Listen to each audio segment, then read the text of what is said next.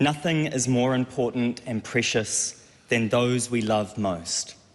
For them we must live and fight and at times choose to leave. O tēnā koe Benjamin, nei te mihi ki a koe, whai wāhi I Wainganui I a tātou, I tēnei rima whakahirihira me haro hoki. Thank you for joining us on the eve of your last day in this building of Parliament. You know, your decision may have to resign, you know, came in on a Friday afternoon. To some may have been a shock, to others maybe not due to, you know, the experience that you have had in this place. Can you just take us back to what led to you to make that decision in resigning? Yeah, I mean, first and foremost, I've always been super upfront that coming here, I've put my tamariki at the centre of everything I do. And 6 months ago, that became a real challenge, looking after and protecting my whānau, my well-being, my tamaiti. And I always said that if anything was going to lead to me leaving, it would be my whānau asking me to do that. And over this journey that I've been on, the challenges, the successes, I've gotten to a point now where, yeah, my whānau has said it's time to come home. And I think that me being here has impacted too greatly on myself and on my tamaiti and my whānau. And was it your tamaiti who actually asked you? Yeah. What did they say? Yeah. I mean, so smart. The wisdom of a 7-year-old, right? Like, so we chat on Zoom, which is kind of the sad reality of being a member of Parliament. We were FaceTiming or whatever, and we were talking about magic, and I said, what would you do if you had 3 wishes? And she said, no guns, no war, and you would come home and live with us again. And that kind of solidified the choice, and it made it really easy. So if I'm not listening to the requests of my own tamaiti, what's the point in being here? You know, everything we do should be for our kids. So, of course, I will come home for my child. There were police charges around the sort of abuse that you were receiving. Can you give us an insight around what some of those experiences you had? To be upfront, I've always experienced kind of a level of abuse publicly and online. You know, just kind of like existing in the world as an openly queer person, you know, having strong views about Māori rights, te tiriti rights, women's rights. I've kind of made myself vulnerable to public criticism in the past, but this is like a magnified version of that. And I guess there's only so much hate and violence and threats to your life and your child's life that you can tolerate. And yeah, like you said, there have been police charges against, you know, more than 10 people. And, you know, the reality is that my child we had to have the police at my child's school. You know, I wasn't able to go to the letterbox without fear of someone coming to my house and trying to attack me. And the reality of what happens online is only part of it, because it does translate into real world violence. And I have been assaulted in public. I have had people threaten me to my face and say awful things. So, like, while that's not the reason I'm leaving, it's been the reason that it's been so difficult to be here. And, you know, I can't heal and be well for my whānau with that level of violence and threat. But in saying that, on the opposite hand, I also feel this immense pride in the community that has wrapped around me. So, like, there has been this grim reality of violence and hate, and at the same time, this love and care and support from our communities. And that also makes this decision easier, because, you know, like, people get it. People reach out and they're like, you shouldn't have to experience that, your childhood shouldn't have to experience that, and our community shouldn't have to experience it. So, yeah, it's a bittersweet thing, and it has been quite a major life experience. It's impacted my mental health, my physical health, my spiritual health quite significantly, you know, and you can only stay so long and sustain that for so long. Was this kind of the first time you've really kind of put on record the incessant nature of the sort of abuse that you were receiving? You know, when you were a target of Winston Peters, a target of the media in a sense, for many it may have felt like a reaction to say, you have no idea what I'm having to deal with, you have no idea what my child is having to deal with, and why you didn't just come out and say what was happening? It's kind of hard to describe because, like you say, it's not like an ordinary experience that a person can relate to, because I am a public figure and people naturally assume they have access to me, whether that's on social media, via email, people finding my address and coming to my home. And that happened? Yeah, it happened. In the middle of the night, people would come. We had to install security cameras that were connected to, police alert buttons in our house because of the threat of people trying to break and enter. What were they doing? Were they trying to... They were just coming and whacking our doors and banging on the windows, all sorts of stuff. Having police escorting myself or my child around for a period of time, not being allowed to leave my house, not being able to go to the supermarket, having to have a security plan at my child's school in case someone tried to kidnap her.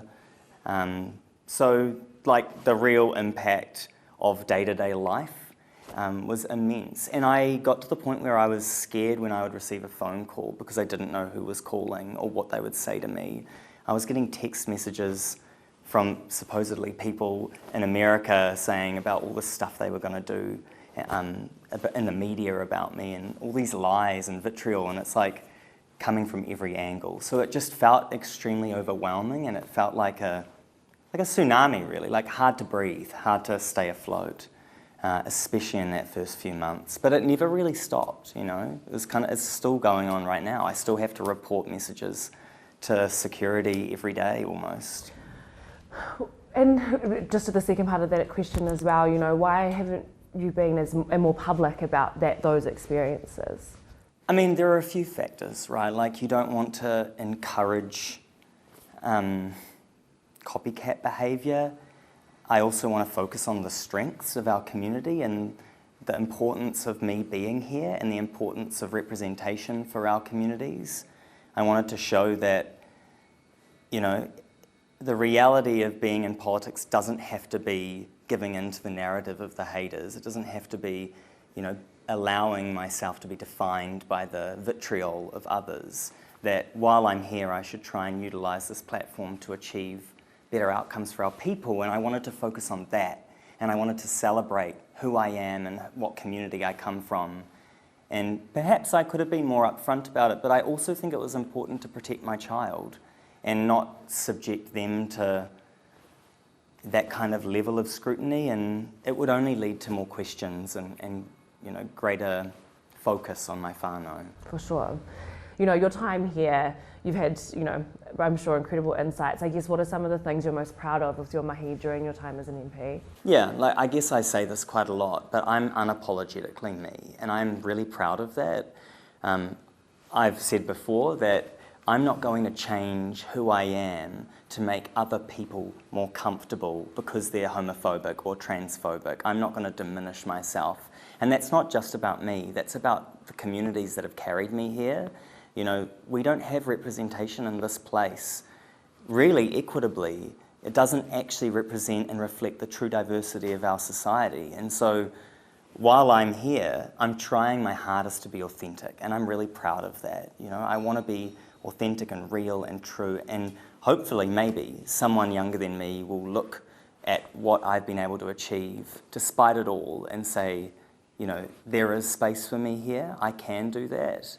And I'm following in the footsteps of greatness. Georgina Bayer had to carve out space, and I've had to do the same thing here. But there are also small things I'm really proud of as well, and there are wins, whether it's being able to go to prisons to visit trans and rainbow people there to support them to access the healthcare and the basic needs that they have, through to visiting kohanga and puna and speaking to whānau and kaiako about the needs of their children and helping to develop a policy for free early childhood education in Aotearoa, whether it's going to Pride events to celebrate the uniqueness of our communities, or working on ACC access for firefighters who are volunteering, putting their lives on the line to help our communities. I've been able to sit on the Māori Affairs Select Committee and bear witness to the testimony of our people going through a settlement process, which is flawed but also essential in so many ways. And what a privilege that has been to be a tiny part of that. And I am so proud of that, and I will never ever regret being who I am and doing what I've done in this place. For sure.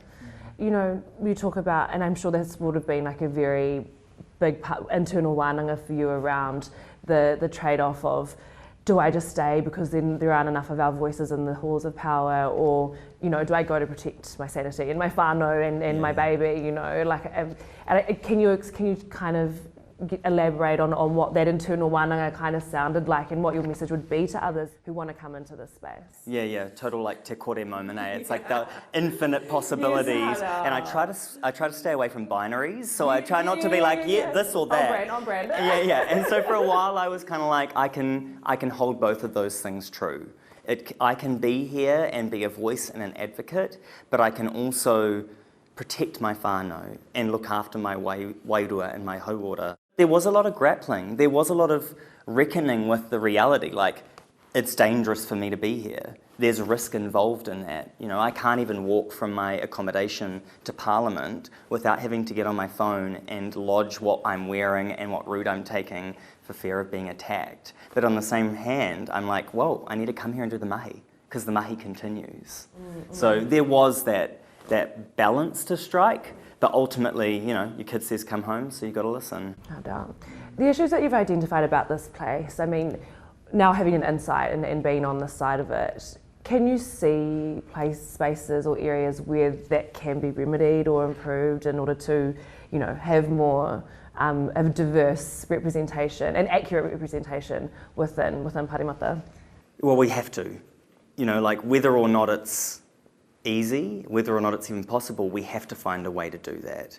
Otherwise, this place isn't going to function properly moving forward. And community will figure it out one way or another, and whether or not the parliament that we have right now continues to exist in its current state is actually up to whether or not we're prepared to allow that to happen. Because if this parliament doesn't reckon with that reality and doesn't look in the mirror and say, why is it that these people keep being harmed in this place? Why is that we can't keep Māori safe or rainbow people safe? You know, if we don't reckon with that and identify the issues and speak the truth about it, then we can't address it. So I think the first step is to say, yes, this place is a problematic place, and yes, there are issues. And only then, once we have reckoned with that, then we can address those issues.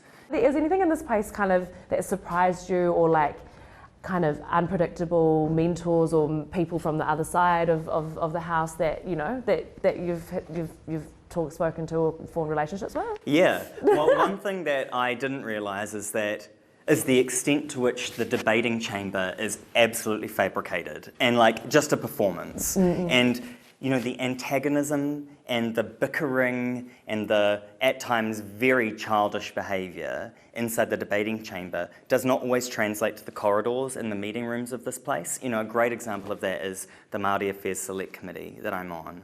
It's probably unique amongst other select committees, but it has members from most of the parties in Parliament, and we have a shared goal.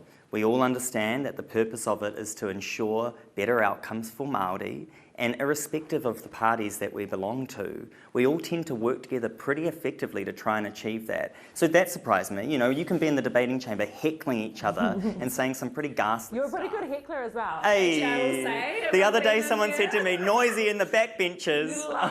Yeah, but then you move into a select committee and everyone's just kind of chill and like actually relatively respectful, and so that felt dissonant. That felt really unusual at first.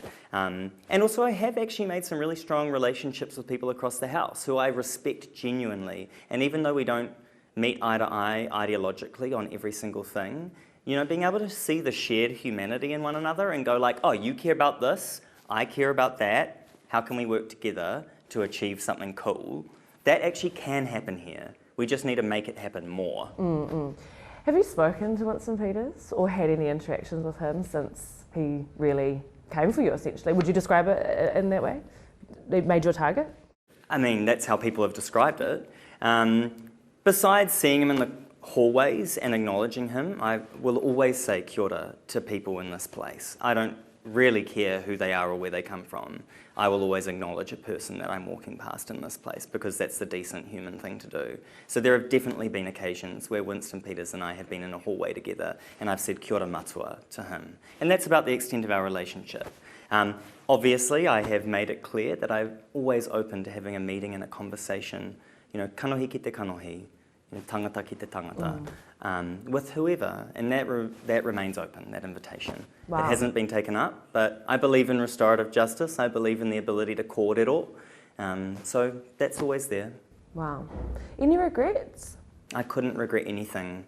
I'm so proud to have come here and just lived as myself and been real, and some people don't like that, and that's the reality of society. There are people who are diverse, and I have been diverse here. I have shown up authentically, and how could I regret that? How could I regret assuming the best in people, And how could I regret trying to make a difference for our mokopuna and trying to change the world for the better? I definitely couldn't regret that. Am I sad at what's happened? Yes. Am I happy to be going home? Yes, but no regrets. What is the plan? What is the plan after you leave this place? I can't wait to be home for more than 3 days in a row, to build Lego with my kid, to dance to Taylor Swift, which is real cringe, but my kid's a fan. Yeah. To walk around the river in Hamilton and just enjoy being with my whānau, to heal. No amount of hate or threats will ever disappear us from public life. In fact, it makes our community stronger because we don't fight with hate, we fight with love. And I'm excited by that, I'm optimistic about that. So mai rā no ake ake ake.